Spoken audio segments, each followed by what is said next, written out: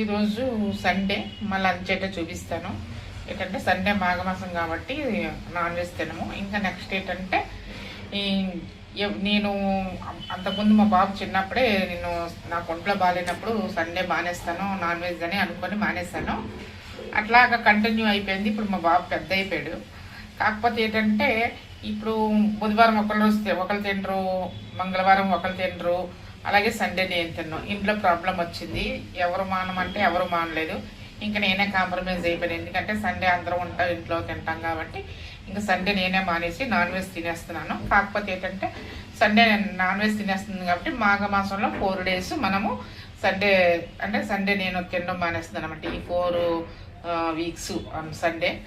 ఎందుకంటే ఇప్పుడు మనం అలా అనుకునేటప్పుడు ఇలా కూడా చేసుకోవచ్చు. ఇంకా 4 వారాలు వెళ్ళినప్పుడు మనం ఎప్పుడైనా తినవచ్చు. అలా కూడా మనం చేసుకోవచ్చు అనమాట. చేసుకుంటే నేను ఇంకా కొందరు భయపడిపోయి అమ్మ సండే తినకూడదు కదా, తింటే ఏటవుతుందంటే ఏటి అవ్వదు. మన మనసులోని భక్తి ఉండాలి, మనకు మంచి అనేది ఉంటే మనకి ఏంటి అవ్వదు. ఇంకా నెక్స్ట్ ఏంటంటే ఈ 4 వారాలు నేను సండే తిన్నాను అనమాట.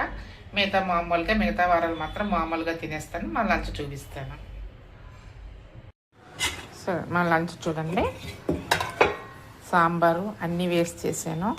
కోబీ ఫ్లవర్ ఉంటుంది కదా, కోబీ ఫ్లవరు చూడండి. ఇంకా దాని వెనకవి ఉంటాయి కదా, అవి తీసేసుకుంటే సాంబార్లో కానీ చారులో కానీ చాలా టేస్టీగా ఉంటుంది. సాంబార్లో వేసాను అనమాట. అన్నీ వేసాను, బెండకాయలు అవన్నీ. సాంబారు కర్రీ ఏంటంటే కాలీఫ్లవర్ అండ్ చిక్కుడుకాయలు ఫ్రై చేశాను. టమాటా వేసి వాటర్ వేయకుండా దగ్గరగా అలాగా ఫ్రై చేస్తాను అనమాట. చాలా టేస్టీగా ఉంటుంది.